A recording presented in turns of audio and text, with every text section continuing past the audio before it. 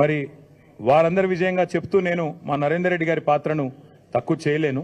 ఎందుకంటే ఆయన ఈ 37 రోజులుగా అనారోగ్య సమస్యలతో బాధపడుతూ కూడా ఏ ఒక్కరోజు కూడా తన గురించి తాను బాధపడలేదు.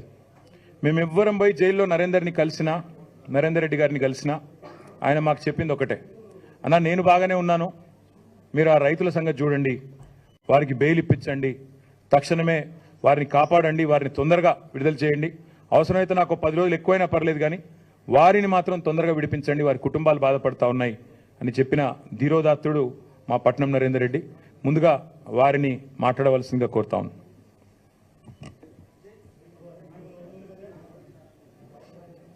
ఈరోజు మీ అందరు కదా నెల 10 రోజుల నుంచి చూస్తూ ఉన్నారు. రాష్ట్రం అంతా కూడా ఒక ప్రభుత్వ కుట్ర, ముఖ్యమంత్రి రేవంత్ రెడ్డి కుట్రలో భాగంగా, రాజకీయ కుట్రలో భాగంగా అమాయక రైతులను నన్ను 37 రోజుల పాటు జైల్లో పెట్టి తప్పుడు కేసులు పెట్టినందుకు ఈరోజు న్యాయస్థానం గౌరవించి నన్ను విడుదల చేసినందుకు ఈ సమావేశం ఏర్పాటు చేసిన గౌరవనీయులు పార్టీ వర్కింగ్ ప్రెసిడెంట్ మాజీ మంత్రులు కేటీ రామారావు అన్న గారికి, శాసనమండలిలో ప్రతిపక్ష నాయకులు మధుసూనాచార్య గారికి, గౌరవ శాసనసభ్యులు, శాసన మండలి సభ్యులు, పత్రికా, ఎలక్ట్రానిక్ అండ్ మీడియా మిత్రులందరూ కూడా పేరు పేరున ధన్యవాదాలు తెలియజేసుకుంటున్నాను. మీరందరూ చూస్తూ ఉన్నారు, ముఖ్యమంత్రికి ప్రజలను డైవర్ట్ చేయడానికి ఏదైనా ఒక ఇష్యూ తీసుకురావాలి, ఇచ్చిన హామీలు ఎగగొట్టాలి, 6 గ్యారంటీలు ఎగగొట్టాలనే ఉద్దేశంతోనే ఒక రాజకీయ కుట్రలో భాగంగానే ఈరోజు రేవంత్ రెడ్డి గారు నాపైన, రైతులపైన కేసు పెట్టడం జరిగింది. అక్రమంగా జైలుకు పంపినాడు. న్యాయస్థానం ఉంది, ధర్మం గెలుస్తుంది. తప్పకుండా న్యాయస్థానంలో ఎప్పటికైనా ధర్మమే గెలుస్తుంది. ఎన్ని తప్పుడు కేసులు పెట్టినా భయపడేది లేదు. ఇట్లాంటి తప్పుడు కేసులు ఎన్ని పెట్టినా బెదిరేది లేదు. ఎన్నిసార్లు అయినా ప్రజల కోసం, రైతుల కోసం జైలుకోవడానికి సిద్ధంగా ఉన్నాం. నీవు ఎన్ని తప్పుడు పెట్టినా ఎవరు కూడా భయపడం. ఇది ఒక కుట్ర, మీరందరూ చూసినారు. నాకేళ్ళ ప్రమేయం లేదు. ఆ సంఘటన జరిగినప్పుడు పత్రికా సోదరులు మీరు కూడా ఉన్నారు ఇక్కడనే. 11వ తారీఖు నాడు 12 గంటల నుంచి 1:30 వరకు నేను భవన్లో ఉన్నాను. ప్రెస్ మీడియాలో నేను, శ్రీనివాస్ గౌడ్ గారు, ఆల వెంకటేశ్వర రెడ్డి గారు, ఆ రోజు గత కన్నా ముందు 10వ తారీఖు నాడు ముఖ్యమంత్రి గారు అక్కడ మహబూబ్నగర్ పార్లమెంట్ పోయినప్పుడు అక్కడ ప్రసంగించిన దాని మీద కౌంటర్గా మేము అందరం ప్రెస్ పెట్టినాం, లక్ష్మణరెడ్డి అందరంలో. స్వయాన మీరే చూసినారు. నేను ఇక్కడ హైదరాబాద్లో ఉన్నాను. నాకు ఎలాంటి సంబంధం లేకుండా, నాకు ఆ కేసుతో, దాడితో సంబంధం లేకుండా కావాలని కేసులో ఇరికిచ్చి రేపు కొడంగల్లో రాజకీయంగా అనగదొక్కాలనే ఉద్దేశంతో నన్నే తప్పుడు కేసులు ఇరికిచ్చినాడు. దాని తర్వాత నా ద్వారా మీరందరూ చూసినారు. పొద్దున 7 గంటలకు నన్ను అరెస్ట్ చేసినప్పుడు నేను ఫస్ట్ పోలీసులను ఒకటే అడిగాను, అరెస్ట్ వారెంట్ ఉందా మీ దగ్గర, ఎఫ్ఐఆర్ కాపీ ఉందా, నాకు చూపియండి, అప్పుడే అరెస్ట్ చేయండి అని చెప్తే, మా దగ్గర పైన ఆదేశాలు ఉన్నాయి, మా దగ్గర ఏం లేదని చెప్పి బలవంతంగా నన్ను కార్లో ఎక్కించుకొని తీసుకొని పోయి వికారాబాద్ డిటిసి సెంటర్లో పెట్టి అక్కడ 11 గంటలకు ఎస్పీ గారు రావడం జరిగింది. నేను ఎస్పీ గారిని కూడా ప్రశ్నించిన, సార్ నన్ను ఎందుకు అరెస్ట్ చేసిర్రు, మీ దగ్గర అరెస్ట్ వారెంట్ ఉందా, ఎఫ్ఐఆర్ ఉందా అంటే, మాకు కూడా పైకి ఆదేశాలు ఉన్నాయి అందుకే చేసినాం అని చెప్పి సాయంత్రం వరకు 3 గంటల వరకు పరిగిలో కూర్చోబెట్టి 4 గంటల ప్రాంతంలో కొడంగల్ హాస్పిటల్ తీసుకుపోయి హెల్త్ చెకప్ చేసినారు. ఆ హెల్త్ చెకప్ టైంలో అన్ని పేపర్ల మీద నా దగ్గర సైన్ పెట్టించుకొని నాకు చదవడానికి కూడా అవకాశం ఇవ్వకుండా, మా అడ్వకేట్ చదువుకోవడానికి వీలు లేకుండా డైరెక్ట్గా జడ్జి గారి ముందర ప్రొడ్యూస్ చేసినారు. దాంట్లో తెల్లారి మార్నింగ్ మా మిస్సెస్ జైలుకి వచ్చినప్పుడు కేటీఆర్ గారి పేరు చెప్పినామంటే మా పేపర్లలో వస్తుందని చెప్పినారు. అప్పటి వరకు నాకు తెలియదు. కేటీఆర్ గారి పేరు రాసి రిమాండ్ రిపోర్ట్లో పెట్టి జడ్జికి సబ్మిట్ చేసిరంటే ఎంత కుట్ర జరుగుతుందో ప్రభుత్వం, పోలీసులు కలిసి. అంటే నేనే తప్పుడు కేసులు ఇరికిస్తే నా ద్వారా కేటీఆర్ గారిని కూడా ఇరికియాలనే ప్లాన్తోని, ఒక ప్రభుత్వ కుట్రతోని. ఎందుకంటే 6 గ్యారెంటీలు ఇచ్చిండు, ప్రజలకు హామీలు ఇచ్చిండు, అవి చెయ్యే చేత కాదు. రేవంత్ రెడ్డికి మాటలు తప్ప చేతలు ఉండవు. కొడంగల్ ప్రజలకు తెలుసు, నాకు తెలుసు. 10 ఏళ్ళ నుంచి చూస్తున్నాం. ఒట్టి మాటలే, చేతలు ఉండవు. మళ్ళీ ఆ చేతలలో అన్ని మాటలు ఇచ్చి చేతలు చెప్పిండు కాబట్టి, ప్రజలను మోసం చేసిండు కాబట్టి ప్రజలను డైవర్ట్ చేయడానికనే ఒక్కొక్క కేసు పెడతా ఉంటాడు. ఈరోజు చూసినారు, నాకు ఇప్పుడే బెయిల్ వస్తుంది, ఒక పక్క మళ్ళీ కేటీఆర్ గారి మీద కేసు పెట్టి అది డైవర్ట్ చేయాలి, మళ్ళీ ఇది ఒక 6 నెలలు గడపాలి. ఇట్లా గడుపుకుంటూ ప్రజలకు మోసం చేసుకుంటూ ఇచ్చిన గ్యారంటీ ఒక్కటి కూడా అమలు చేయకుండా ముఖ్యమంత్రి ప్రజలను మోసం చేస్తూ ఉన్నాడు, రైతులను మోసం చేస్తూ ఉన్నాడు. నేను ముఖ్యమంత్రి ఛాలెంజ్ చేసి చెప్తున్నా, సొంత నియోజకవర్గం, నేను కూడా ఎమ్మెల్యే ఉన్నా, నువ్వు కూడా ఇప్పుడు ప్రజెంట్ ఎమ్మెల్యే ఉన్నావు. కొడంగల్ నియోజకవర్గంలో ఒక పెద్ద గ్రామం తీసుకుందాం, రుద్వారము, అంగడరాయచూరు, దొరేపల్లి, భూనీడు ఉన్నది. ఆ గ్రామంలో గ్రామసభ పెడదాం, నేను పక్క కూర్చుంటా, గ్రామసభ పెట్టు. నీవు ఇచ్చిన పథకాలు ఏవేవి ఎవరెవరికి వచ్చినాయో నువ్వే గ్రామసభలు అడిగి తెలుసుకో. ఎంతమందికి రుణమాఫీ అయింది, ఎంతమందికి 500 గ్యాస్ సిలిండర్ వచ్చింది, ఎంతమందికి మీకు 200 ఫ్రీ కరెంట్ వచ్చిందో గ్రామసభ పెట్టి తెలుసుకుందాం. అప్పుడు నువ్వు 100% కాదు 50% గిట్ట నీ హామీలు అమలైతే బ్రహ్మాండంగా విజయోత్సవాలు చేసుకో, మేము కూడా మీ విజయోత్సవాల్లో పాల్గొంటాం. 50% అమలైతే ఛాలెంజ్ చేస్తున్నారు రేవంత్ రెడ్డి, దీన్ని ఛాలెంజ్ సవాల్ తీసుకో. కొడంగల్ గ్రామసభ పెట్టి ఎప్పుడు పెడతావో చెప్పు, నేను వస్తా. ఏ గ్రామంలో పెడతావు, మీ సొంత కాన్స్టిట్యూన్సీలో పెడదాం. అక్రమంగా రేవంత్ రెడ్డి సోదరుడు తిరుపతి రెడ్డి కాంగ్రెస్ గుండాలతోని అధికారులపై దాడి చేపించిండు. దాడి చేపించి రైతులు భూములు ఇస్తలేదని చెప్పి కక్షగట్టి దాడి చేపించి అదే రోజు రాత్రి 1 గంట కరెంటు బంద్ చేసి నెట్ బంద్ చేసి గ్రామంలో పోలీసులు, రిజర్వ్ పోలీసు పంపించినారు అక్కడికి వెళ్ళి. అంటే కుట్ర చేసి రైతులను భయభ్రాంతులు చేసి దౌర్జన్యం చేసి కేసులు ఇరికిచ్చి భూములు గుంజుకుందామని ప్రయత్నం చేశారు తప్ప మేం చేయలే కుట్ర. రేవంత్ రెడ్డి సోదరుడు తిరుపతి రెడ్డి కుట్ర చేసినాడు. ఇలాంటి తప్పుడు కేసులకు ఎవరు భయపడం, ఎన్ని కేసులు పెట్టినా జైలు అధికారులకు చెప్పినా, సార్ ఈ రేవంత్ రెడ్డి ముఖ్యమంత్రి ఉన్న రోజులు ఇంక ఎన్నిసార్లు వచ్చేది మాకు తెలియదు, మేము మళ్ళీ ఎప్పుడు వచ్చేది చెప్పాము అని రైతు జైలు అధికారులకు కూడా చెప్పొచ్చిన వచ్చేటప్పుడు. కాబట్టి ఎన్ని కేసులు పెట్టినా భయపడం. కొడంగల్ నుంచే రేవంత్ రెడ్డి పతనం స్టార్ట్ చేస్తా. కాబట్టి కేసులకు ముందు తప్పుడు కేసులు బాన్ చేసి ప్రజల మీద దృష్టి పెట్టండి, ప్రజలకు ఇచ్చిన హామీల మీద దృష్టి పెట్టండి, 6 గ్యారెంటీలు అమలు చేసి చూపియండి. నీ ముఖ్యమంత్రి చేతనైతే నీకు ఆ పని చేయండి. కానీ ప్రతిపక్ష నాయకుల మీద కేసులు పెట్టడం, కార్యకర్తల మీద కేసులు పెట్టడం, సోషల్ మీడియా మీద కేసు పెట్టడం, ఇదే పని తప్ప వేరే పని లేదు మీకు. ఇప్పటికైనా బుద్ధి తెచ్చుకొని ప్రజల పాలన మీద దృష్టి పెట్టాలని తెలియజేసుకుంటున్నాను.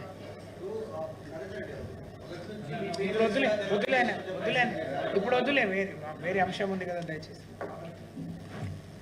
నరేంద్ర ఎక్కడ ఓడు, మీరు ఎప్పుడు పిలిస్తే అప్పుడు వస్తాడు, మళ్ళీ డీటెయిల్డ్గా అన్ని విషయాలు చెప్తాడు, వీడియో కూడా చూపెడతాడు. ఇక ఇప్పుడు ప్రస్తుతం వార్తల్లో ఏదైతే ఉన్నదో అంశం దానికి వద్దాం. అసలు ఏంది ఈ కేసు, ఏంది జరుగుతున్నది, ఏంది ఇవాళ ఆ ఫోన్లు బంద్ చేయరాదు పోయి కొద్దిసేపు ఊకెళ్ళింది, కొద్దిగా సైలెంట్ అన్న పెట్టుకోండి, అంతగానో ఇంపార్టెంట్ ఫోన్లు ఉంటే బయటకు అనవ్వండి. దయచేసి మిత్రులు నేను కోరేది ఏమంటే, మేము గత 2 రోజులుగా నిన్న ఈరోజు గౌరవ స్పీకర్ గారిని కోరినాం. సెషన్ నడుస్తోంది కాబట్టి ఏదో కుంభకోణము లంబకోణము అని గవర్నమెంటు క్యాబినెట్లో ఏదో గంటన్నర సేపు తర్కం చేసింది, చర్చించింది, పరిశోధించింది, సాధించింది, ఏదో కనిపెట్టినరు అని చెప్పి లీక్లు ఇస్తూ ఉన్నారు. మేమేమి అడిగామంటే, ఈ 4 గోడల మధ్యన 4 సన్నాసులు మాట్లాడేందుకు 4 కోట్ల ప్రజల ముందు చర్చ పెడదాం, దూద్ కా దూద్ పానీ కా పానీ అవుతుంది, ఊకెళ్ళొల్లేంది బొబ్బేందని అడిగినాం.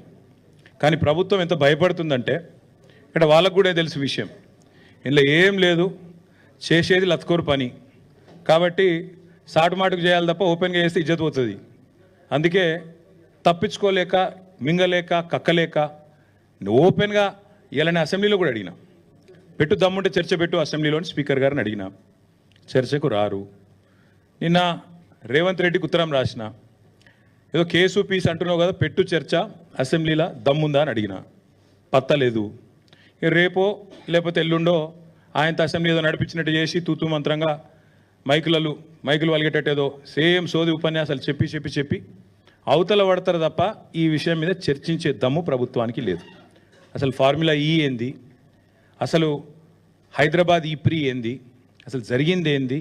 అందుకే అనివార్య పరిస్థితులు, ఎందుకంటే ప్రభుత్వానికేమో చర్చకు ముందుకొచ్చే దమ్ము లేదు, చర్చలో పాల్గొనే సత్తా లేదు. ముఖ్యమంత్రికి చర్చలో పాల్గొని కళ్ళలో కళ్ళు పెట్టి చూసి ధైర్యంగా ఇది జరిగింది తప్పు అని రుజువుపించే శక్తి లేదు.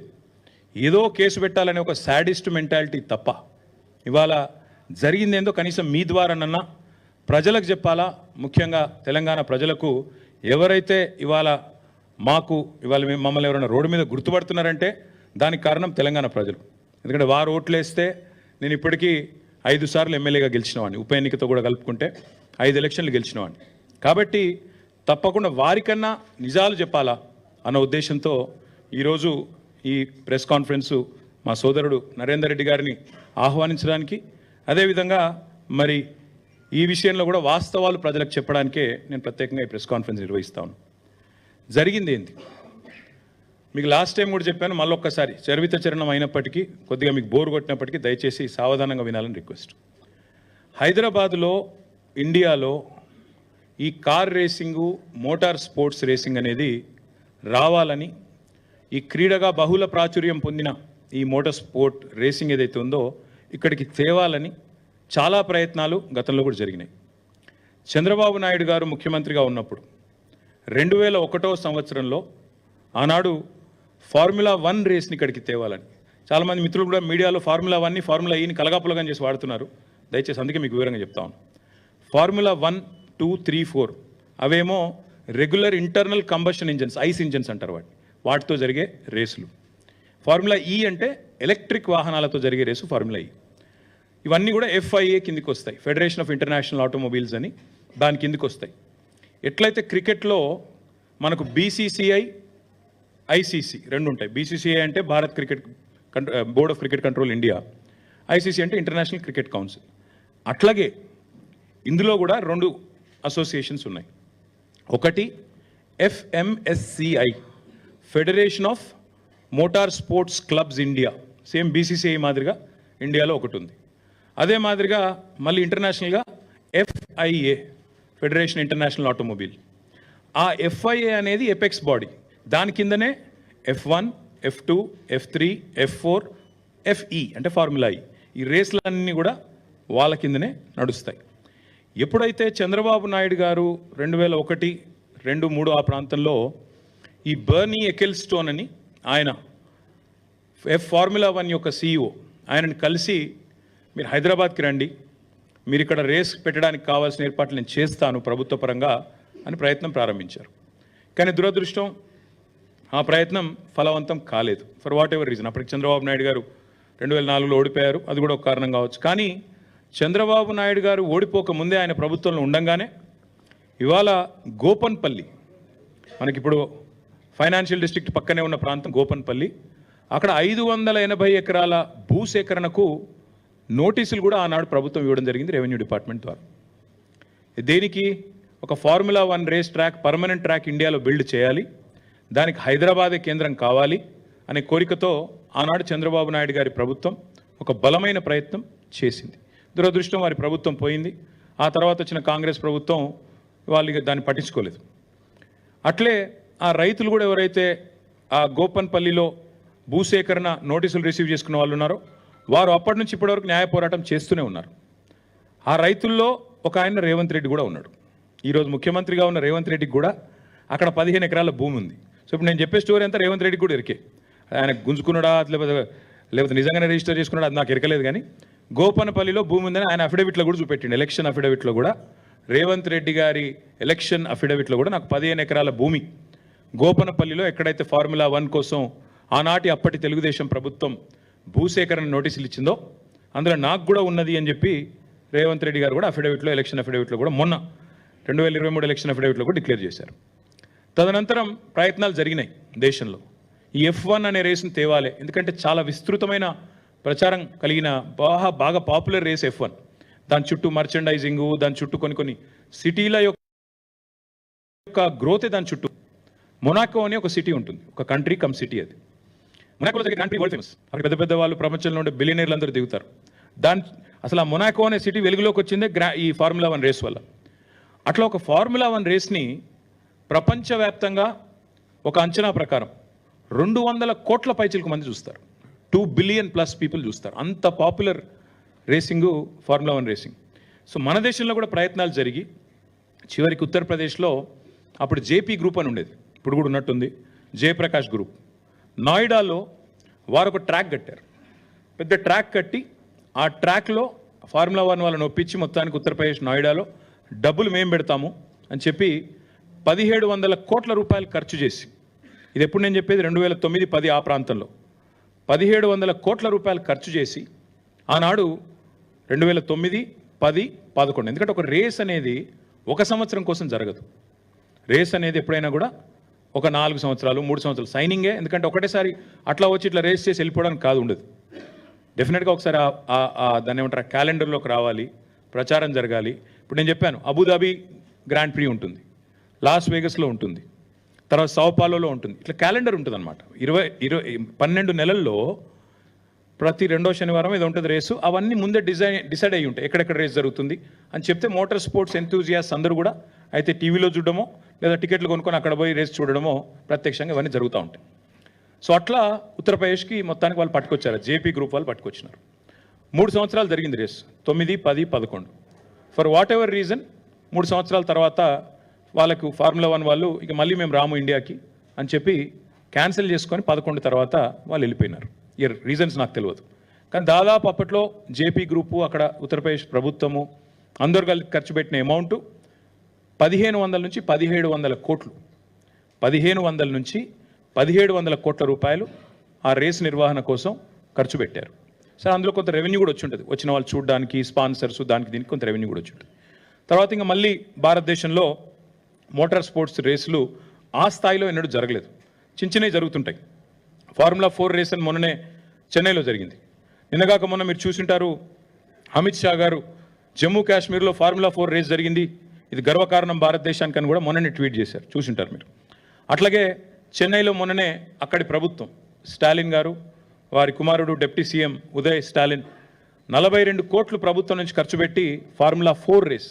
ఫార్ములా 4 అంటే నిజంగా చెప్పాలంటే ఫుడ్ చైన్లో చాలా కింద ఉంటుంది, F1 తర్వాత F2 తర్వాత F3 తర్వాత F4 అలా. సో ఈ రకంగా ఈ రేసుల కోసం దేశవ్యాప్తంగా పోటీ ఎప్పటి నుంచో ఉంది. సో ఆ క్రమంలో గత 10, 11, 12 సంవత్సరాలుగా ఒక కొత్త ట్రెండ్ స్టార్ట్ అయింది.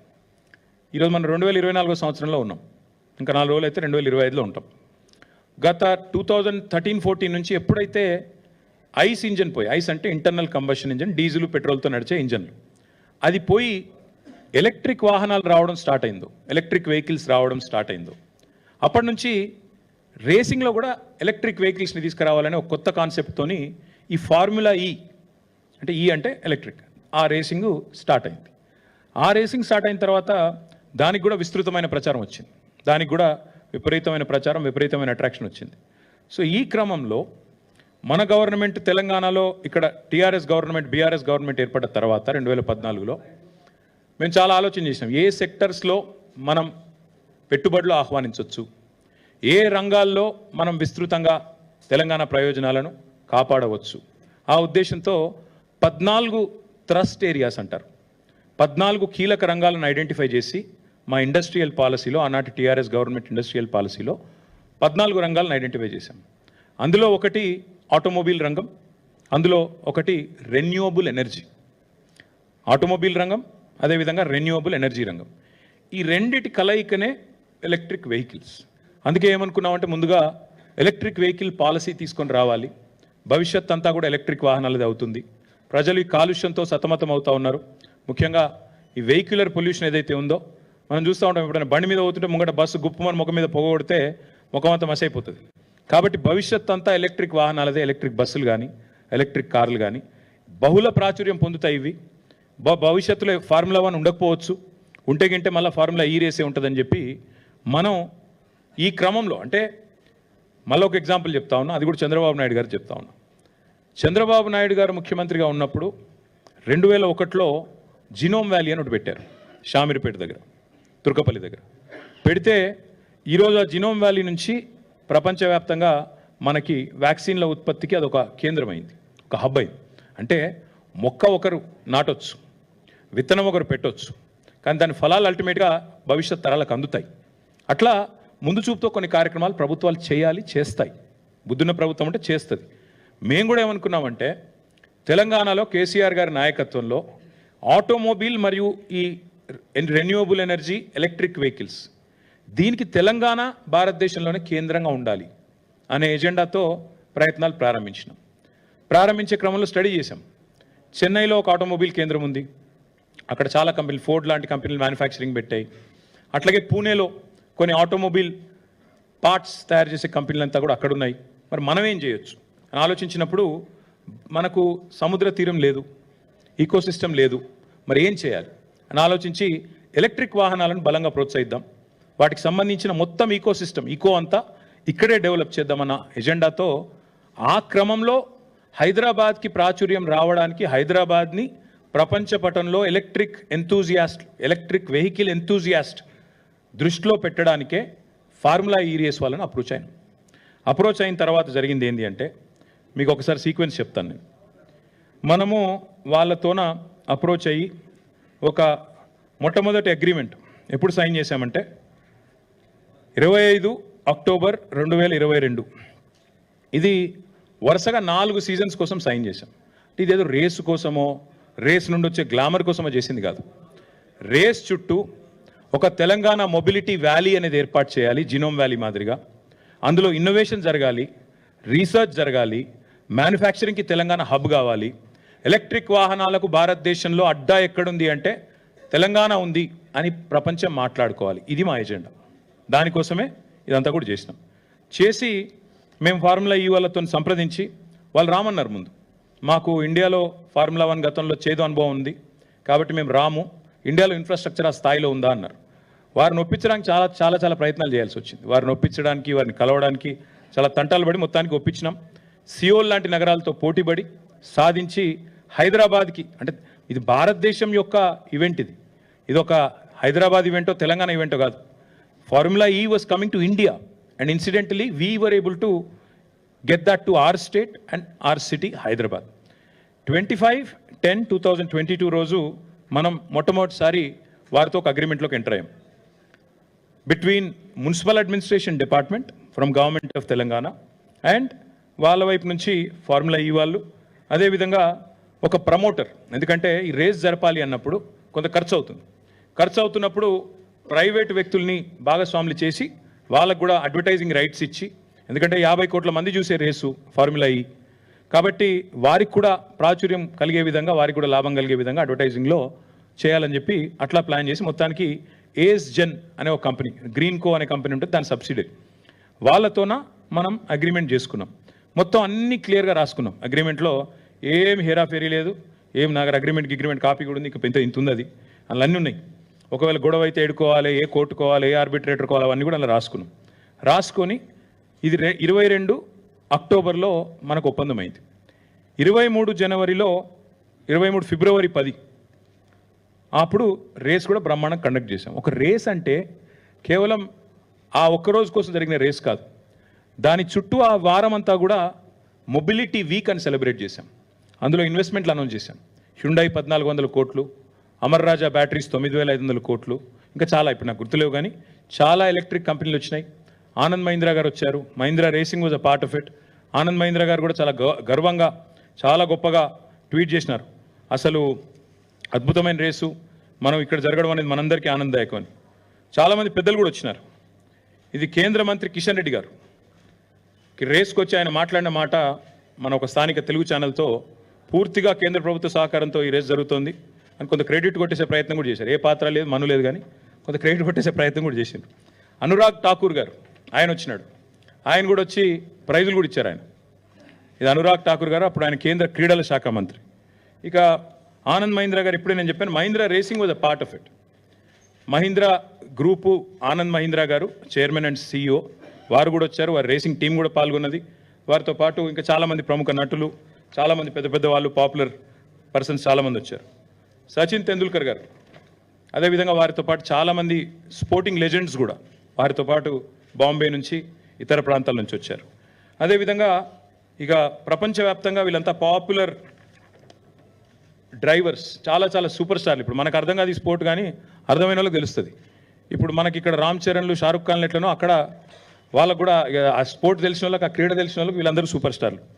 అదేవిధంగా చాలామంది యాక్టర్లు, రాజకీయ దిగ్గజాలు, మన ఇంకా చంద్రబాబు నాయుడు గారి డాటర్ ఇన్ లా బ్రాహ్మణి గారు, ఇంకా చాలామంది హైదరాబాద్లోని హూ ఇస్ హూ అందరూ కూడా అటెండ్ అయ్యారు ఈ ఈవెంట్ మొత్తం కూడా ఫిబ్రవరి 23లో. అయితే ఈ రేసును ప్రమోట్ చేయడానికి మేము ఏ ఎఫర్ట్ కూడా వదిలిపెట్టలేదు. ఇది బాంబేలో గేట్వే ఆఫ్ ఇండియా కాడ ఆ రేస్ కార్ను డిస్ప్లే చేస్తూ దీనికి పబ్లిసిటీ ఇవ్వడానికి, బాంబే నుంచి కూడా విజిటర్స్ని అట్రాక్ట్ చేయడానికి అక్కడ పెడితే మహారాష్ట్ర ముఖ్యమంత్రి ఏక్నాథ్ షిండే, అప్పుడు కేంద్ర ఉపరితల రవాణా శాఖ మంత్రి నితిన్ గడ్కరీ గారు, వారందరూ కూడా వచ్చి ఈ రేస్ మా దగ్గర పెట్టాలి బాంబేలో, మీరు ఎట్లా కొట్టుకుపోయినరు అని ఆ రోజు వాళ్ళతో మైక్లనే లొల్లి కూడా పెట్టుకున్నారు. నెక్స్ట్ ఇయర్ మా దగ్గర పెట్టాలని చెప్పి కూడా అడిగారు. దాని తర్వాత ఢిల్లీలో హర్దీప్ సింగ్ పూరి గారు, క్రికెటర్స్ శిఖర్ ధావన్ గారు, యజువేంద్ర చాహల్ గారు, ఇంకా చాలామంది ఎంపీలు వచ్చారు, ఇతర రాష్ట్రాల మంత్రులు వచ్చినారు. ఇదంతా కూడా జరిగిన తర్వాత మనకు రేసు ఫిబ్రవరి 2023లో రేస్ జరిగింది. రేస్ జరిగిన తర్వాత దీనివల్ల అసలు హైదరాబాద్కి ఏం లాభమైంది? ఎందుకంటే అడుగుతారు కదా సహజంగా. ఆ రోజు మొదటి రేస్కి ప్రభుత్వం వైపు నుంచి మనం పెట్టిన ఖర్చు మొత్తం హెచ్ఎండిఏ పెట్టింది. ఎందుకంటే హెచ్ఎండిఏ యాక్ట్లో చాలా స్పష్టంగా ఉంది. హెచ్ఎండిఏ చట్టంలో ఏం రాసింది అంటే, హైదరాబాద్లో జరిగే ఏ లీజర్ యాక్టివిటీ అయినా, ఏ రిక్రియేషన్ యాక్టివిటీ అయినా దాన్ని ప్రమోట్ చేయడానికి హెచ్ఎండిఏకి పూర్తి అధికారం ఉంది. హెచ్ఎండిఏ యొక్క చైర్మన్ ముఖ్యమంత్రి గారు, హెచ్ఎండిఏ యొక్క వైస్ చైర్మన్ మున్సిపల్ మంత్రిగా ఆ రోజు నేనున్నాను. కాబట్టి హెచ్ఎండిఏ నుంచి ఒక 30-35 కోట్లు ఏదో ఖర్చు పెట్టినట్టు, నాకు ఎగ్జాక్ట్ నెంబర్ గుర్తులేదు, సబ్జెక్ట్ టు కరెక్షన్. 30-35 కోట్లు ఏదో ఖర్చు పెట్టాం. ఆ ప్రమోటర్ ఎవరైతే ఉండేనో, స్పాన్సర్ గ్రీన్కో, ఆయన దాదాపు 100-110 కోట్లు ఆయన ఖర్చు పెట్టారు. ఏం లాభం వచ్చింది మరి హైదరాబాద్కి అని చెప్పి మాకు ఫిబ్రవరిలో రేస్ అయిన తర్వాత, మాకు నిజానికి మేము చేయలేదు ఈ స్టడీ. కొత్త సిటీలో రేస్ అయిన తర్వాత ఏం జరిగింది అని చెప్పి నెల్సన్ అనే ఒక సంస్థ వాళ్ళు అధ్యయనం చేశారు. అధ్యయనం చేసి వాళ్ళు ఇచ్చిన రిపోర్ట్, ఇంత పెద్ద రిపోర్ట్ ఉంది, మీరు అందరికీ కూడా కాపీస్ ఇస్తాను, దయచేసి చూడండి. ఇది నా కవిత్వం కాదు, నెల్సన్ అనే సంస్థ ఇంటర్నేషనల్ ఏజెన్సీ. ఇదేదో హైదరాబాద్లో అమీర్పేటలోనో లేకపోతే ఢిల్లీలో సిపిలోనో ఉండేది కాదు. ఇది నిజంగా కూడా ఒక రెప్యూటెడ్ ఇంటర్నేషనల్ ఏజెన్సీ. వారు ఇచ్చిన రిపోర్ట్, వారు ఏం చెప్పారంటే, హైదరాబాద్ నగరానికి ఈ రేస్ వల్ల, ఫిబ్రవరి 23లో జరిగిన రేస్ వల్ల $82 మిలియన్ ఎకనామిక్ బెనిఫిట్ వచ్చింది నగరానికి. ఎట్లా వస్తుంది ఎకనామిక్ బెనిఫిట్ ఒక నగరానికి అంటే, ట్రావెలు, జిఎస్టీ పేమెంట్స్, ఇండైరెక్ట్గా జరిగే ప్రచారము, 50 కంట్రీస్లో మనకి జరిగే మనకు లభించే విస్తృతమైన పబ్లిసిటీ, ఎన్నింటి వల్ల అల్టిమేట్గా మనకి బ్రహ్మాండంగా విస్తృతమైన ప్రచారం వచ్చింది, లాభం జరిగిందని చెప్పి ఈ నెల్సన్ అనే సంస్థ ఇచ్చిన అధ్యయన రిపోర్ట్. సో జరిగిన ఖర్చు మొత్తం కలిపి ప్రైవేట్ ఆయన పెట్టింది 100-110 కోట్లు, మన ప్రభుత్వం ఆనాడు హెచ్ఎండిఏ రూపంలో పెట్టింది 35-40 కోట్లు, పెట్టిన ఖర్చు మొత్తం 150 కోట్లు అయితే $82 మిలియన్ లాభం జరిగింది అని చెప్పి నెల్సన్ రిపోర్ట్ చెప్పింది. అంటే అర్థం ఏంటి? $82 మిలియన్ అంటే ఈ రోజు లెక్క ప్రకారం తీసుకుంటే కూడా 700 కోట్లు. పెట్టింది 150 కోట్లు అయితే ప్రైవేట్ వాళ్ళు, గవర్నమెంట్ కలిపి వచ్చింది దాదాపు 550 కోట్లు. ఇంకా అదనంగా ఎకనామిక్ బెనిఫిట్ వచ్చింది, హైదరాబాద్కి పేరు వచ్చింది అనేది వాస్తవం. అయితే ఇక్కడ ఏం జరిగింది అంటే, హైదరాబాద్ పేరు వచ్చింది కానీ ఆ ప్రమోటర్ ఆయన గ్రీన్కో అంటే ఆయన, నాకు పైసలు రాలేదు, ఎందుకంటే హైదరాబాద్ పేరు వచ్చింది, మీ సిటీకి పేరు వచ్చింది, మీ గవర్నమెంట్కి పేరు వచ్చింది, కానీ నాకు పడతలు కాలేదు, ఎందుకంటే నేను 110 కోట్లు ఖర్చు పెట్టినా అనుకున్నంత రాలేదు. కాబట్టి నేను వెనకకు పోతున్నా, నేను నెక్స్ట్ ఇయర్ నేను చేయలేను, మీరు ఎవరినైనా వేరే వాళ్ళను చూసుకోండి స్పాన్సరు అని చెప్పి వారు చెప్పినారు. చెప్పిన తర్వాత ఏమైంది, మేము ఇక 2023 was a busy year for us. ఎందుకంటే ఒకవైపు ఎలక్షన్లు, ఇంకోవైపు ఎలక్షన్ రన్అప్లో చేయాల్సిన చాలా కార్యక్రమాలు ఇవన్నీ ఉంటాయి కదా. సో ఆ క్రమంలో మేమున్నాం. జూన్ మాసం కల్లా అప్పుడు ఇంకా ప్రమోటర్ బ్యాక్అవుట్ అయింది. నాకు ఒక్క నిమిషం మీకు క్లియర్గా చెప్తాను. వీళ్ళు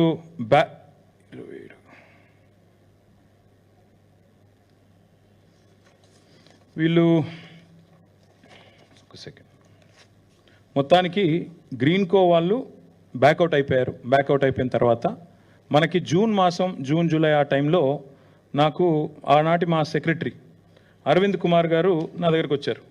వచ్చేసారు మరి నెక్స్ట్ ఇయర్ రేస్, ఎందుకంటే 4 సంవత్సరాలకు మనం సైన్ చేసాం అగ్రిమెంట్, మనం గవర్నమెంట్తో వాళ్ళ అగ్రిమెంట్ 4 సంవత్సరాలకు ఉంది. మరి ప్రమోటర్ బ్యాక్అవుట్ అయ్యాడు, ఎట్లా ఏం చేయమంటారు అన్నారు. నేనేం చెప్పానంటే, ఈ రేసు, ఎందుకంటే నా ఉద్దేశం, నా మనసులో ఉన్నది చెప్తున్నాను మీకు. నా ఆలోచన ఏముండే అంటే, అల్టిమేట్గా ఎలక్ట్రిక్ వెహికల్స్ తెలంగాణ హబ్ కావాలి అంటే మేము చాలా కాన్ఫిడెంట్గా ఉంటాం మళ్ళీ గవర్నమెంట్ మనదే వస్తుంది తప్పకుండా. మనం 2వ సంవత్సరంలో కాకపోతే 3వ 4వ సంవత్సరంలో అల్టిమేట్గా ఎలాన్ మస్క్ లాంటి పట్టుకొని రావాలా, పట్టుకొచ్చి హైదరాబాద్ని తెలంగాణని షోకేస్ చేసి మనం టెస్లా కూడా అవసరమైతే భవిష్యత్తులో ఇక్కడికే వచ్చేటట్టు చేయాలి. ఎందుకంటే వాళ్ళకు కూడా ఇండియా ప్లాన్స్ ఉన్నాయి. ఈవెంట్ చుట్టూ అట్లా ప్రపంచం దృష్టిని ఆకర్షించాలనేది మా ప్రయత్నం. కాబట్టి ఆ రన్అప్లో నేనేం చెప్పానంటే జూన్ జూలైలో మరి వాళ్ళు అడుగుతున్నారు ప్రమోటర్ బ్యాక్అవుట్ అయ్యాడు ఏం చేయాలంటే, ఓ పని చేయండి ప్రమోటర్ వెతుకుదాము, డోంట్ వరీ, ఆయన కాకపోతే ఇంకొక 2-3 ఎత్తుకుదాము, ఒకరు కాకపోతే 2-3 ఎత్తికి 100 కోట్లు కట్టాలి అంతే కదా, కడదాం 100-110 కోట్లు పెద్ద ఇష్యూ కాదు, ఎత్తుకుదాం లేండి అని చెప్పి నేను ధైర్యం చెప్పాను. బ్యాడ్ లక్ ఏంటంటే మనకి మేము ఇక ఎలక్షన్ రన్అప్లో పడిపోయాం. నేను ఇక నా హడావుల్లో నేను తిరుగుతున్నాను. మా అరవింద్ కుమార్ గారు ప్రయత్నం చేసినారు కానీ దొరకట్లేదు. మాకు 3rd ఆగస్ట్ 2023 నాడు ఒక ఈమెయిల్ వచ్చింది. దిస్ ఇస్ ద ఈమెయిల్, చదివి వినిపిస్తాను. ఇది ఫార్ములా ఈ వాళ్ళ నుంచి నాకు ఒక ఈమెయిల్ నాకు రాశారు. Copy to Aravind Kumar, special chief secretary, minister నేను అన్నాడు. నాకేం రాశారంటే completion of contractual agreements between formula E race and Telangana government, ఇవన్నీ ఉన్నాయి.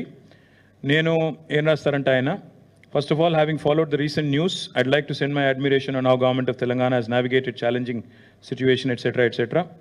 I'm reaching out to you as I feel compelled అంటూ ఆయన డబ్బులు మనం ఇంకా ప్రమోటర్ని ఎత్తకలేకపోయాము, ఒక స్పాన్సర్ని ఎత్తకలేకపోయాము, కాబట్టి ఇది 3 ఆగస్ట్ అని చెప్పి నెక్స్ట్ ఇయర్ మీరు కనుక నెక్స్ట్ ఇయర్ క్యాలెండర్లో మీరు ఉండాలనుకుంటే ఆయన చెప్పింది ఏమంటే 16 ఆగస్ట్ లోపల మీరు దయచేసి మాకు చెప్పండి మీకు కావాలా వద్దా అని చెప్పి వారు ఇవన్నీ కూడా కాపీస్ మీకు ఇస్తాను. నా దగ్గర ఇలా దాచడానికి ఏం లేదు, మీకు అన్ని కాపీస్ ఇస్తాను, దయచేసి మీరు చూసుకోండి.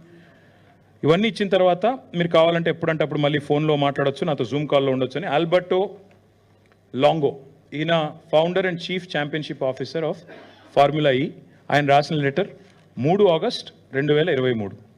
దాని తర్వాత మాకు ఇక అప్పుడు ఉన్న ఎలక్షన్ రడప్లో నేనున్నాను.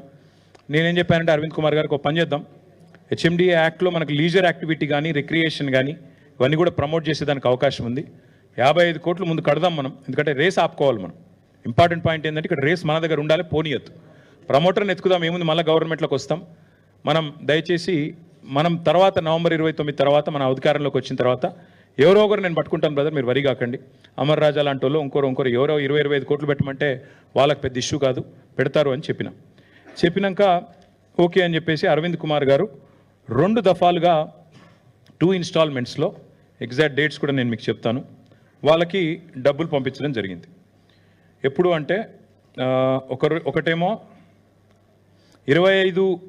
5 అక్టోబర్ 1 25% కట్టారు. తర్వాత అక్టోబర్ 11 2023 మొత్తం కలిపి నాకేమైందంటే అప్పుడు నేను నా హడావుడిలో తిరుగుతున్నాను కాబట్టి వారు మాకు అది పంపించిన తర్వాత ఫైల్ పంపించారు. నాకు మినిస్టర్గా 27 సెప్టెంబర్ నాడు ఫైల్ వచ్చింది, ఏది 55 కోట్లు కట్టాలి అనేది.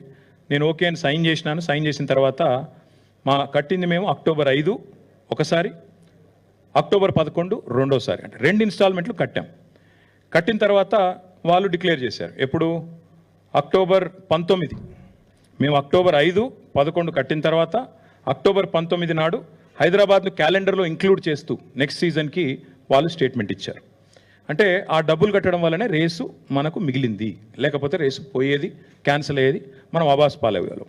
అయితే ఇట్లాంటివి జరుగుతూ ఉంటాయి. ఇది ప్రపంచంలో ఇది మొదటిసారి కాదు, ఇదేం చివరిసారి కూడా కాబోదు. కానీ ప్రభుత్వాలు ఎట్లా దాన్ని హ్యాండిల్ చేస్తాయనే దాన్ని బట్టి వ్యవహారం ఉంటుంది. మాంట్రియాల్ అనే ఒక నగరం ఉంటుంది. మాంట్రియాల్ నగరంలో అక్కడ కూడా ఇదే జరిగింది. అక్కడ ఒక ఎలక్షన్ జరిగి ఒక మేయర్ ఓడిపోయి ఇంకో మేయర్ గెలిచిన తర్వాత ఏమైంది, ఇట్లనే సేమ్ సిచ్యువేషన్ హైదరాబాద్లో ఎట్లయిందో అట్లే. ఏం జరిగింది అక్కడ అంటే మాంట్రియాల్లో ఇట్లే కాంట్రాక్ట్ ఉండే, అగ్రిమెంట్ ఉండే. ఆ కొత్త మేయర్ వచ్చిండు, ఇదేంది నాన్ సెన్స్ అని చెప్పేసి క్యాన్సిల్ చేసినాక వాళ్ళు కోర్టుకు పోయినారు. ఫార్ములా ఈ వాళ్ళు కోర్టుకు పోయినాక ఫార్ములా ఈ సూస్ మాంట్రియాల్ సిటీ. తర్వాత ఏమైంది, అక్కడ సిటీ గవర్నమెంట్స్ ఉంటాయి, స్టేట్ గవర్నమెంట్ కంటే కూడా సిటీ గవర్నమెంట్లు మేయర్లు పవర్ఫుల్. అల్టిమేట్గా సెటిల్ చేసుకున్నారు. $3 మిలియన్ కడుతూ మాంట్రియాల్ సిటీ ఆ రేసు విషయంలో జరిగిన బ్రీచ్ ఆఫ్ కాంట్రాక్ట్కి బాధ్యత తీసుకుంటూ $3 మిలియన్ కడుతూ సెటిల్ చేసుకున్నారు. ఇదే మొదటిసారి కాదు, చివరిసారి కూడా కాదు, ఇట్లాంటివి జరుగుతూ ఉంటాయి. కాంట్రాక్ట్ బ్రీచ్లు ఇవన్నీ జరుగుతూ ఉంటాయి. జరిగిన తర్వాత మనకి అల్టిమేట్గా మరి రేసు విషయంలో డబ్బులు కట్టాము, రేసు మనకు ఉంటుందని తెలిసిపోయింది. ఇది 27 అక్టోబర్ నాడు మనకి వాళ్ళు ఆ స్పాన్సర్ ఎవరైతే ఉన్నారో అప్పటిదాకా ఉండే ఫస్ట్ సీజన్లో ఆయన టర్మినేషన్ లెటర్ ఇచ్చేసిండు మనకు. ఇక నేను లేనిలా ఏస్ జెన్ అంటే ఆయన గ్రీన్ కో అంటే ఆయన నాకు సంబంధం లేదుగా ఈ రేస్తోని, ఈసారి హెచ్ఎండిఏ కట్టింది డబ్బులు కాబట్టి మీరు చూసుకోండి అని ఆయన ఇచ్చిన లెటరు, ఈ కాపీ కూడా నేను మీకు ఇస్తాను. ఇక తర్వాత మిగతాది మీకు తెలుసు. 29 నవంబర్ నాడు ఎన్నిక జరిగింది. ఎన్నిక జరిగిన తర్వాత మేము ఓడిపోయాము. డిసెంబర్ 3 నాడు రిజల్ట్స్ వచ్చినాయి. కాంగ్రెస్ గవర్నమెంట్ డిసెంబర్ 7 నాడు వచ్చింది. డిసెంబర్ 7 నాడు కాంగ్రెస్ గవర్నమెంట్ వస్తే ఇక్కడ ఒక చాలా ఇంపార్టెంట్ విషయం మీకు చెప్పాలి. ఇప్పటి వరకు రేవంత్ రెడ్డి విషయం బయట మాట్లాడతలేడు, దానకిషోర్ గారు మాట్లాడతలేరు, గవర్నమెంట్ మాట్లాడతలేదు. ఈ ప్రమోటరు, ఈ చీఫ్, ఈయన ఫౌండర్ ఆఫ్ ఫార్ములా ఈ రేవంత్ రెడ్డిని వచ్చి కలిసిండు. ఇప్పటి వరకు ఇది పేపర్లో లేదు, ఎక్కడ లేదు, ఫోటో చెప్తలేదు గవర్నమెంట్. ఇది 13 డిసెంబర్ అంటే వీళ్ళు గవర్నమెంట్కి వచ్చింది 7 డిసెంబర్ అయితే 13 డిసెంబర్ నాడు ఆయన వచ్చి రేవంత్ రెడ్డిని కలిసిండు. కలిసి తర్వాత ఏం జరిగింది అంటే this is exactly on 13th December. Revanth Reddy గారు చాలా పాజిటివ్గా స్పందించారంట, అది నాకు తెలియదు, స్పందించారంట. స్పందించి నా తర్వాత కరెక్ట్గా 13 నాడు రేవంత్ రెడ్డిని కలిశారు. ఇక్కడ నుంచి ఇంపార్టెంట్ ఈవెంట్ స్టార్ట్. ఇది 19 నాడు ఎవరైతే రేవంత్ రెడ్డిని కలిసిండో ఆల్బర్టో, ఆయన co founder and chief championship officer, ఆయన కూడా ఈ దానకిషోర్ గారు కూడా ఈ మీటింగ్లో ఉన్నారు. ఆల్బర్టో రేవంత్ రెడ్డి గారిని కలిసినప్పుడు దానకిషోర్ గారు కూడా ఆ మీటింగ్లో ఉన్నారు, ఫోటోలో లేరు, మీటింగ్లో ఉన్నారు. ఇది దానకిషోర్ గారికి ఆల్బర్టో 19 డిసెంబర్ నాడు రాసిన లేఖ, ఈమెయిల్. ఏం రాశారంటే, dear mister Dana Kishore, I trust this letter finds you well. On behalf of formula E operations మీకు కంగ్రాచులేషన్స్, ఇప్పుడు కొత్తగా మీరు ప్రిన్సిపల్ సెక్రటరీ అయ్యారు అని చెప్తూ, we are writing to you with great enthusiasm regarding our ongoing partnership and agreement in place for hosting formula E race in the city of Hyderabad for the next 3 years. వచ్చే 3 సంవత్సరాల కోసం కూడా formula E race ఇక్కడ నిర్వహించాలనే తాపత్రయంతో నేను మీకు రాస్తున్నాను. We value the collaborative spirit that has defined our relationship thus far and look forward to building on the lasting positive impact which 2023 Hyderabad E prix has created. ఇక inaugural edition 31,000 మంది వచ్చారు, దాదాపు 190 కంట్రీస్లో చాలామంది చూశారు అని చెప్తూ, నెల్సన్ అనే సంస్థ $83 మిలియన్, ఇదంతా కూడా మీకు ఇస్తాను, మీకు అన్ని కూడా షేర్ చేస్తాను, మీరు చూసుకోవచ్చు.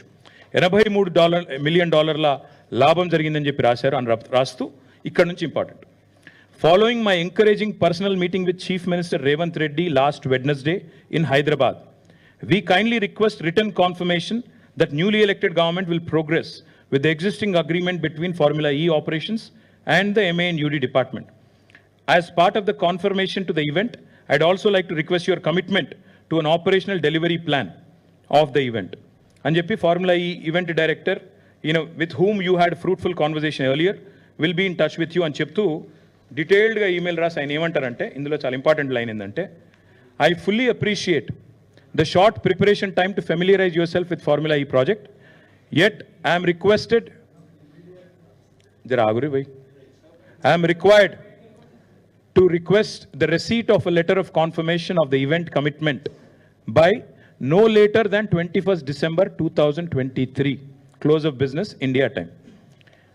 13 రోజు ముఖ్యమంత్రిని కలిసిండు, 19 రోజు ఈమెయిల్ చేసిండు ఆయనకి, దానకిషోర్కి. ఇది ఏది కూడా ఇప్పటివరకు గవర్నమెంట్ బయట చెప్పట్లేదు. ఈ గవర్నమెంట్ ఎట్లా చెప్తుందంటే అసలు ఏం జరగనే లేదు, ఉత్తనే అయిపోయింది, ఏదో దోపిడీ జరిగిపోయింది అన్నట్టు మాట్లాడుతున్నారు. 19 రోజు ఉత్తరం రాశారు, రాసి క్లియర్గా అడిగినారు, ఇది మీరు మరి చేస్తారా రేసు, మీరు ఎంకరేజింగ్ ఉండే రేవంత్ రెడ్డి గారితో మీటింగు, కానీ మరి చేస్తారా లేదా మరి చెప్పగలరు, 21 డిసెంబర్ ఈవినింగ్ కల్లా చెప్పాలి మీరు, ఎందుకంటే లేకపోతే మాకుండే రూల్స్ మాకుండే ఇబ్బందులు మాకున్నాయి అని చెప్పారు. చెప్పిన తర్వాత దానకిషోర్ గారు మరి సమాధానం ఇచ్చారో లేదో నాకు తెలియదు. This is the letter again by the legal director of Formula E on 22nd December. 21st కల్లా చెప్పమన్నారు, వీళ్ళు చెప్పినో లేదో నాకు తెలియదు.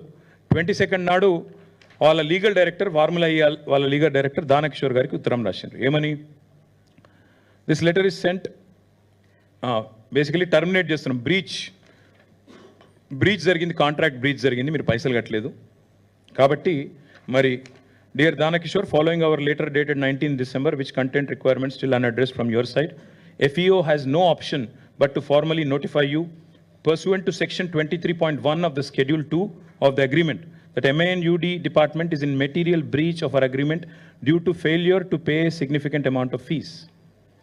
ఇక్కడ విచిత్రమైన విషయం ఏంటంటే ఇది మీరు ఇది వినండి దయచేసి. ఇక్కడ ఏం చెప్పారంటే ఆయన అగ్రిమెంట్ మీరు ఫెయిల్ అయ్యారు, బ్రీచ్ చేశారు అని చెప్తూ మీరు థర్డ్ ఇన్స్టాల్మెంట్ కట్టలేదు. మీరు కట్టలేదు అంటే మొదటి 2 ఇన్స్టాల్మెంట్లు ఏదైతే మనం పంపామో 5 అక్టోబర్ 11 అక్టోబర్ ఇందాక నేను చెప్పిన 55 కోట్లు అవి ముట్టినాయి, ఆ పైసలు మా దగ్గరికి వచ్చినాయి. కానీ థర్డ్ ఇన్స్టాల్మెంట్ మీరు కట్టలేదు కాబట్టి ఇక్కడ మేము విధిలేని పరిస్థితుల్లో FE is entitled to terminate the agreement effective immediately. We ask you to remedy the above breach by no later than close of business 26 December 2023. ఇంకో 4 రోజులు సమయం ఇస్తున్నాము, మీరు చేయగలిగితే చేయండి, సాల్వేజ్ చేయండి అని చెప్పారు. కానీ వీళ్ళు చేయలేదు. ఇక్కడ ఇంపార్టెంట్ పాయింట్ ఏంటంటే చాలా స్పష్టంగా వాళ్ళు రాసింది, లీగల్ డైరెక్టర్ రాసిన లెటర్ ఇది దానకిషోర్కి. 2 ఇన్స్టాల్మెంట్లు ముట్టినాయి పైసలు, 3వ ఇన్స్టాల్మెంట్ పైసలు మీరు కడతలేరు కాబట్టి బ్రీచ్ చేస్తున్నారు. అంటే 55 కోట్లు ఇటు పోయినాయి అటు పోయినాయి, అందులోకెళ్ళి వీళ్ళు తీసుకున్నారు, ఇన్లేలు పెట్టినారు, ఆన్లైన్లు పెట్టిన అనేది సన్నాసి మాటలు మాట్లాడుతున్నారో అంతా ఫాల్తూ మాటలు, లత్కోర్ మాటలు అని స్పష్టంగా ఫార్ములా ఇవాళ లీగల్ డైరెక్టరు మన సెక్రటరీ గారికి, మన MANUD సెక్రటరీ గారికి పంపిన లేఖ. ఇక దాంతోపాటు ఇక్కడ ఇంపార్టెంట్ పాయింట్ ఏంటంటే ఇక్కడ మనకి ఇది ఇంకా ఇంపార్టెంట్. ఇందాక నేను చెప్పాను మీకు BCCI, ICC అట్లాగే ఇక్కడ కూడా FMSCI, FIA అని ఉంటాయి. వీళ్ళకి డబ్బులు కట్టడంతో పాటు ICCకి BCCIకి కూడా ఏదైనా ఈవెంట్ అప్పుడు ఎట్లయితే ఇప్పుడు IPL వాళ్ళు కూడా BCCIకి డబ్బులు కట్టాలి, అట్లాగే ఫార్ములా ఈ రేస్ ఇక్కడ అవుతున్నప్పుడు మనం కూడా వీళ్ళు కూడా వాళ్ళకి డబ్బులు కట్టాలి. FMSCIకి FIAకి డబ్బులు కట్టాలి, కొంత లైసెన్స్ అగ్రిమెంట్ అని ఉంటుంది. దానికి ఒక 74 లక్షల రూపాయలు కట్టారు. కట్టిన తర్వాత విచిత్రం ఏంటంటే ఎప్పుడైతే రేస్ క్యాన్సిల్ అయిపోయిందో, ఇది మీరు చూడాలి, ఇది ఎప్పుడైతే రేస్ క్యాన్సిల్ అయిపోయిందో అయిపోయిన తర్వాత FIA వాళ్ళు అంటే ఫెడరేషన్ ఆఫ్ ఇంటర్నేషనల్ ఆటోమొబైల్ వాళ్ళు ఆ డబ్బులు FMSCIకి పంపించేసారు. రేస్ క్యాన్సిల్ అయింది, ఈ పైసలు మాకు అవసరం లేదు అని చెప్పి 74 లక్షల రూపాయలు లేకపోతే ఏదో మొత్తం అమౌంట్ కరెక్ట్లీ నాట్ నోన్ పంపించిగో ఆ ఈమెయిల్ ఇది FIA నుంచి FMSCIకి పైసలు పంపించేసారు వాపస్. Federation of motor sports club in ఇండియాకు పైసలు కూడా వాపస్ ఇచ్చారు. వీళ్ళు ఇప్పటికి 20 సార్లు దానకిషోర్ గారిని అడుగుతున్నారు, బాబు ఈ పైసలు వాపస్ తీసుకో, మీ డబ్బులు మీరు వాపస్ తీసుకోండి అని అడుగుతున్నారు. వీళ్ళు సమాధానం లేదు. ఎందుకు ఇదంతా ఎందుకు అంటే వీళ్ళ ఎజెండా ఒకటే, ఏదో జరిగింది. ఏం జరిగింది ఇందులో? నాకు నిజంగా బిగ్గెస్ట్ జోక్ ఎక్కడ అనిపిస్తుంది అంటే ACB అట, ACB కేసు అట. ఇలా కరప్షన్ ఎక్కడ ఉంది ఇప్పుడు మీరు చెప్పండి నాకు. 55 కోట్లు మనం కట్టినాం, కట్టిన డబ్బులు వాళ్ళకు ముట్టినాయని వాళ్ళు చెప్తున్నారు, లైసెన్స్ డబ్బులు వాళ్ళు వాపస్ ఇచ్చినామని వాళ్ళే చెప్తున్నారు. ఇది ఏది కూడా గవర్నమెంట్ బయట పెడతలేదు. ఇవన్నీ దాచి దొంగ కేసు పెట్టి ఏదో జరిగింది నేరం, ఏదో అన్యాయం జరిగింది అని బట్టగాల్చి మీదేసే ఒక లత్కోర్ ప్రయత్నం రేవంత్ రెడ్డి ప్రభుత్వం చేస్తున్నది. ఇది మా వాళ్ళకు తెలవాలి, ముఖ్యంగా మా తెలంగాణ ప్రజలు ఎవరైతే సోదరులు ఎవరైతే మమ్మల్ని గెలిపించినరో, ఎవరైతే ఇవాళ మమ్మల్ని ప్రధాన ప్రతిపక్షంగా కూర్చోబెట్టినరో వాళ్ళకి తెలవాలి. See, let me ask you, you guys should know this. This is a straightforward equation. HMDA account Indian overseas బ్యాంక్లో ఉంది, అందులోకి వెళ్ళి డైరెక్ట్గా డబ్బులు ట్రాన్స్ఫర్ అయినాయి, తబాదలు అయినాయి. ఇండియన్ ఓవర్సీస్ బ్యాంక్ అనేది నేషనలైజ్డ్ బ్యాంక్, అదేం ప్రైవేట్ బ్యాంక్ కాదు, చిన్న చిత్కా బ్యాంక్ కాదు. వాళ్ళు ఏది చేసినా వాళ్ళు 100 ట్రాన్స్ఫర్లు చేస్తారు. RBI ఇంకో BI అన్ని BIల పర్మిషన్లు తీసుకునే చేస్తారు. డబ్బులు HMDA, మాకు HMDA యాక్ట్ ఎంపవర్స్ అస్. మున్సిపల్ అడ్మినిస్ట్రేషన్ డిపార్ట్మెంట్తో అగ్రిమెంట్ ఉండింది, డబ్బులు పంపాము, డబ్బులు ముట్టినాయని అక్కడ ఆయన చెప్తున్నాడు. తర్వాత లైసెన్స్ ఫీజు కూడా వాళ్ళు క్యాన్సిల్ అయినాక వాళ్ళు వాపస్, ఇప్పుడు ఎవరి వల్ల క్యాన్సిల్ అయిందో కనబడుతూనే ఉంది మీకు. వీళ్ళు చేతగాంతనం వల్ల వీళ్ళకి స్పోర్ట్ అర్థం కాదు, వీళ్ళకి కాన్సెప్ట్ తెలియదు కాబట్టి వీళ్ళ తెలివి తక్కువతనం వల్ల రేస్ పోయింది. పోయిన తర్వాత ఇవాళ నిజంగా చెప్పాలంటే ఎవరైనా కేసు ఎవరి మీద పెట్టాలండి? రేవంత్ రెడ్డి గారి మీద కేసు పెట్టాలి. ఎందుకు? ఒక ఇంత అద్భుతమైన రేస్ను హైదరాబాద్ కాకుండా చేసి, ఇండియాకు కాకుండా చేసి, ఇండియాను ప్రపంచవ్యాప్తంగా బదనాం చేసినందుకు, ఇజ్జత్ తీసినందుకు ఆయన మీద కేసు పెట్టాలి. నేను ఊరికే అంటలేను, మీరు చూడండి. ఇగో this is report, international report again. దీని క్యాన్సిలేషన్ వల్ల ప్రపంచవ్యాప్తంగా మనకు సిగ్గు, it is a shameful thing. ఇండియాకి జరిగే నష్టం ఇది.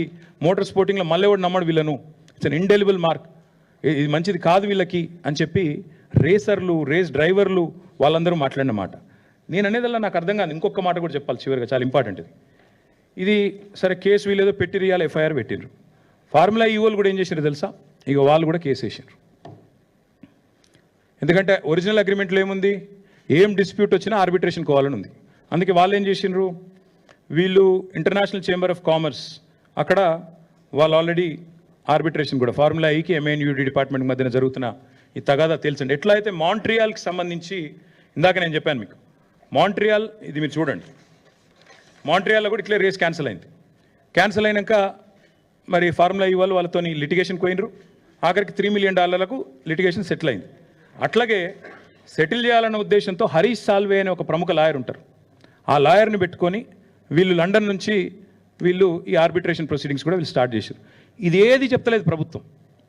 ఫార్ములా ఈ వాళ్ళు వీళ్ళ మీద కేసు పెట్టింది చెప్తలేరు, పైసలు అడుగుతుందో చెప్తలేరు, ఎందుకు రేసు పోయిందో చెప్తలేరు, ఆ పైసలు నిక్షేపంగా ఉన్నాయి, మొదటి 2 ఇన్స్టాల్మెంట్లు అక్కడనే వాళ్ళ దగ్గర ముట్టినాయి అని వాళ్ళు పంపిన రిసీట్లు చూపెడతలేరు, 3వ ఇన్స్టాల్మెంట్ మీరు కట్టలేదు కాబట్టి రేస్ క్యాన్సిల్ అవుతుందని చెప్తలేరు. ఆఖరికి FMSCI దగ్గర వచ్చిన పైసలు, వాపసు వచ్చిన పైసలు అవి తీసుకుంటందుకు కూడా వీళ్ళు ముందుకు వస్తలేరు. This is the fact of the matter. ఇందులో ఇప్పుడు కరప్షన్ ఎక్కడుంది, కాకరకాయ ఎక్కడుంది, కేసు ఎక్కడిది, మన్ ఎక్కడిది నాకైతే అర్థమవుతలేదు. ఇక మీకేమైనా అర్థమైతే నాకు తెలియదు. కానీ ఇలా ACB అట, ACB అంటే ఏంటంటే యాంటీ కరప్షన్ బ్యూరో. కరప్షన్ లేనప్పుడు ACB ఎడికి వస్తుంది? ఏం కేసు ఇది? అసలు మెడకాయ మీద తలకాయ నోడు పెడతాడా ఈ కేసు? అసలు ఎవడన్నా దివానాగాడు తప్ప, హౌలగాడు తప్ప ఎవడన్నా పెడతాడా ఈ కేసు? నేను అందుకే అంటున్నా, ఇలా కన్ఫ్యూజ్ అయ్యేది లేదు, ఏం లేదు. రేవంత్ రెడ్డి చేసే మరొక లస్కోరు ప్రయత్నం మాత్రమే ఇది. నరేందర్ మీద, లగచర్ల రైతుల మీద మొన్న చేసిండు. సరే 37 రోజులు కొట్లాడి 37వ రోజు ఇలా మా సోదరుడు బయటకు వచ్చిండు. మా మీద కూడా కేసులు పెట్టి సతాయిస్తా అనుకుంటే నేను ఒకటే చెప్తున్నా రేవంత్ రెడ్డికి, మేము ఒక ఉద్యమ నాయకుడి బిడ్డలం, ఉద్యమ నాయకుడి సైనికులం. ఏనాటికైనా చెప్తున్నా రేవంత్ రెడ్డి, నీలాంటి చిల్లరగాళ్ళ కేసులకు, నీ లత్కోరు పనులకు భయపడేటోడు ఎవడు లేడు. నువ్వు మా ఇంటికి కూడా వీకలేవు, అది కూడా చెప్తున్నాను. నువ్వేం చేసుకుంటావో చేసుకో, భయపడేటోడు లేడు, లీగల్గానే కొట్లాడతాం, అది కూడా చెప్తున్నాను. ఇప్పుడు నేను చెప్పిన ప్రతిదీ మీకు ఇస్తా, కాపీలు చూసుకోండి. రేపు ACB అడిగితే వాళ్ళకదే ఇస్తా, పోలీసు వాళ్ళు అడిగితే వాళ్ళకదే ఇస్తా, కోర్టులో కూడా గివే ఇస్తా. బరాబర్ చెప్తున్నా, నేను తప్పు చేయలేదు కాబట్టి నాకు ఆత్మవిశ్వాసం ఎక్కువ, ఆత్మస్థైర్యం ఎక్కువ. ఏ తప్పు చేయకపోయినా కేసు పెడతా అంటే పెట్టుకో, తప్పకుండా ప్రజలు అన్నీ కూడా అధ్యయనం చేస్తారు, అన్నీ కూడా అర్థం చేసుకుంటారు. మా ఎంబడి ఎందుకు పడుతున్నావు మాకు తెలుసు, మీకు తెలుసు. అమృత్ స్కామ్ గురించి మాట్లాడబడితిమి, మూసి లూటీ గురించి మాట్లాడబడితిమి. మరి మీరు చేస్తున్న అరాచకాలు, మీ అన్నదమ్ములు ఇవాళ అదానీ గారి సిమెంట్ ప్లాంట్ కోసం కొడంగల్లో చేస్తున్న అరాచకాలను ఢిల్లీ స్థాయిలో ఎక్స్పోజ్ చేస్తుమి.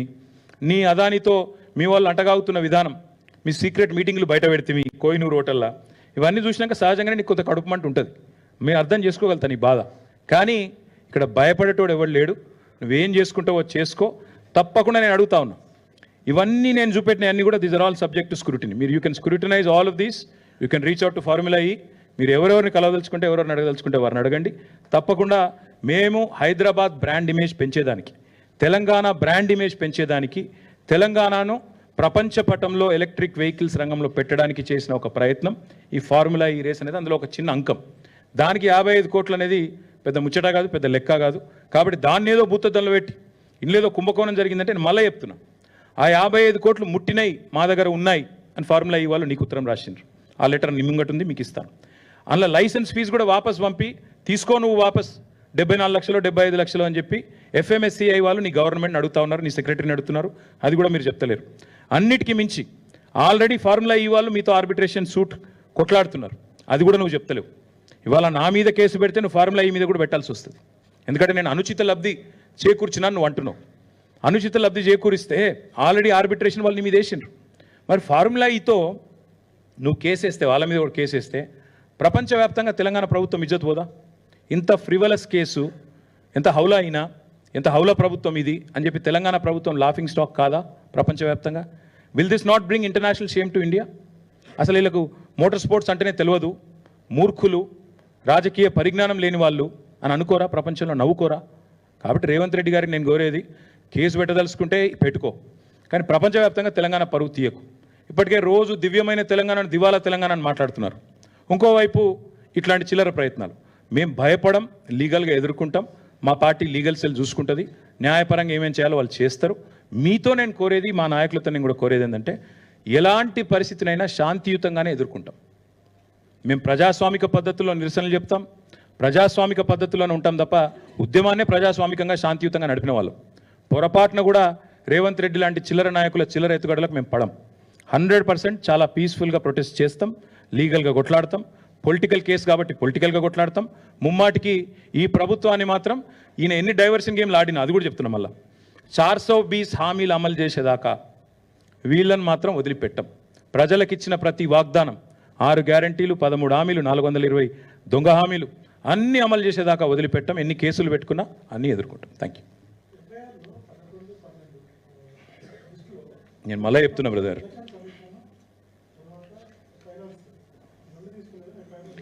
బ్రదర్, ఎఫ్ఐఆర్ సంగతి లీగల్గా చూసుకుంటాం. నేను నీ కేసు గురించి చెప్పిన, అసలు ఏసీబీ కేసు పెట్టే అర్హత లేదని నేను అంటున్నా. కరప్షనే లేకపోతే యాంటీ కరప్షన్ ఎక్కడదా, ఎఫ్ఐఆర్ ఎక్కడిది? ఖచ్చితంగా ఏం చేయాలో లీగల్గా చూసుకుంటాం. ఇక ఎఫ్ఐఆర్లో ఉత్తుపాతలు నేను లాయర్ కాదు. నేను అదే చెప్తున్నా బ్రదర్, ఈ లీకు వీరులు, ఒకప్పుడు గ్రీకు వీరుడు అని ఒక పాట ఉండేది, అట్లా ఇప్పుడు రేవంత్ రెడ్డి అంటే ఆయన లీకు వీరుడు. సీదా అసెంబ్లీలో మాట్లాడదాం రారాబాయ్ అంటే రాడు.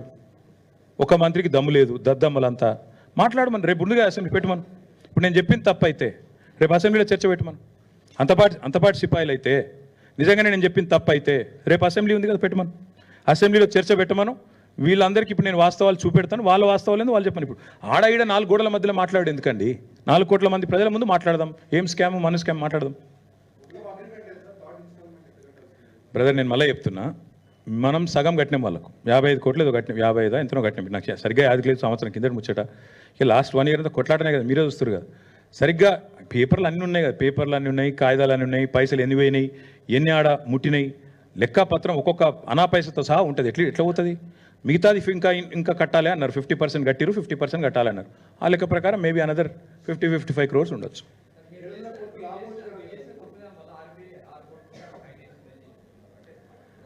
ఎవరు చెప్తున్నారు? గవర్నమెంట్ ఎక్కడ చెప్పింది? ఒక్క మంత్రి అయినా కెమెరా ముంగటికి వచ్చి మాట్లాడినా అంతా లీకు వీరులు. ఆర్లో కూర్చొని ఈఆర్లో కూర్చొని లీకులు వచ్చిన ఒక్కనన్నా రమ్మని ముంగటికి. రేపు చర్చ పెట్టమని రాదు. నేనేమంటున్నా మళ్ళీ అడుగుతున్నా, రేపు అసెంబ్లీలో చర్చ పెట్టు, ముఖ్యమంత్రిని మాట్లాడమని దమ్ముంటే. నిజంగా అంతా నేను తప్పు చేసింటే నేను మాట్లాడతా, అసెంబ్లీలో నేను మాట్లాడతా. నేను మెంబర్ని, రేపు అసెంబ్లీ ఉంది, సస్పెండ్ చేయి, మిగతా బిజినెస్ సస్పెండ్ చేసి పెట్టు. నేను వద్దంటున్నా. రేపు అర్ధరాత్రి 12 దాకా నడిపి, లేదా ఎల్లుండి నడిపి, నిన్నోడు కొట్టి, లేదా 15 రోజులు పొడిగించు. మొదలు 10 రోజులు అవసరమైతే అన్ని ప్రజా సమస్యలు కూలంకషంగా మాట్లాడదాం. రైతు భరోసా, 6 గ్యారంటీలు అన్నీ మాట్లాడదాం. లాస్ట్ 5 రోజులు నీ ఇష్టం. ఒకరోజు ఇది పెట్టు, ఫార్ములా ఇవి పెట్టు, ఇంకో రోజు లగచర్ల పెట్టు, ఇంకో రోజు ఫోన్ ట్యాపింగ్ అంటున్నావు అది పెట్టు, నీ ఇష్టం అనేది పెట్టు. నిన్ను ఎవడు ఆపిండు? పెట్టు, వీఆర్ రెడీ.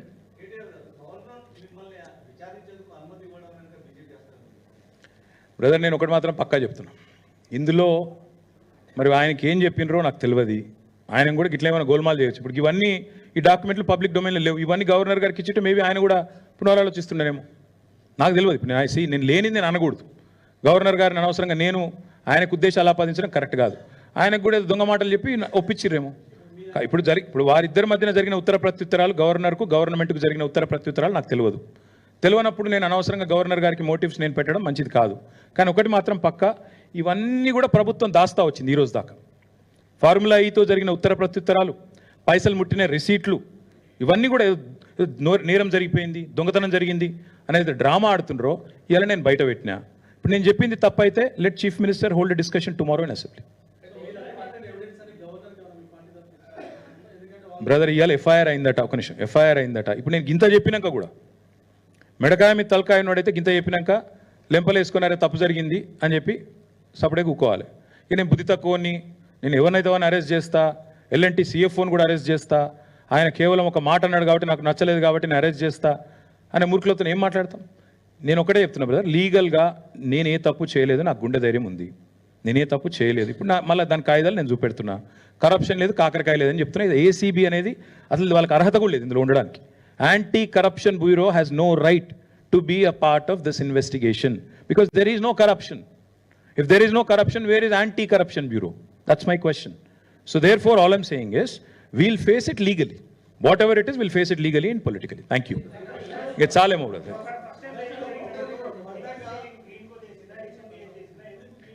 ఇంకా చాలా ఉన్నది కథ. ఇప్పుడు ఎందుకు ఇంత చెప్పినా కదా మళ్ళీ మేము ఇట్లే మూవ్ అవుతాం. వాళ్ళు అట్లా మూవ్ అవుతారు, మేము ఇట్లా మూవ్ అవుతాం. దమ్ముంటే చేతనైతే రేవంత్ రెడ్డి అనేటోడు మొగోడైతే ముందు ఓఆర్ఆర్ ఫస్ట్ ఆ టెండర్ క్యాన్సిల్ చేయమనండి. ఫస్ట్ అది క్యాన్సిల్ చేయమనండి, ఆ తర్వాత విచారణ చేయమనండి. రేవంత్ రెడ్డి మొగోడైతే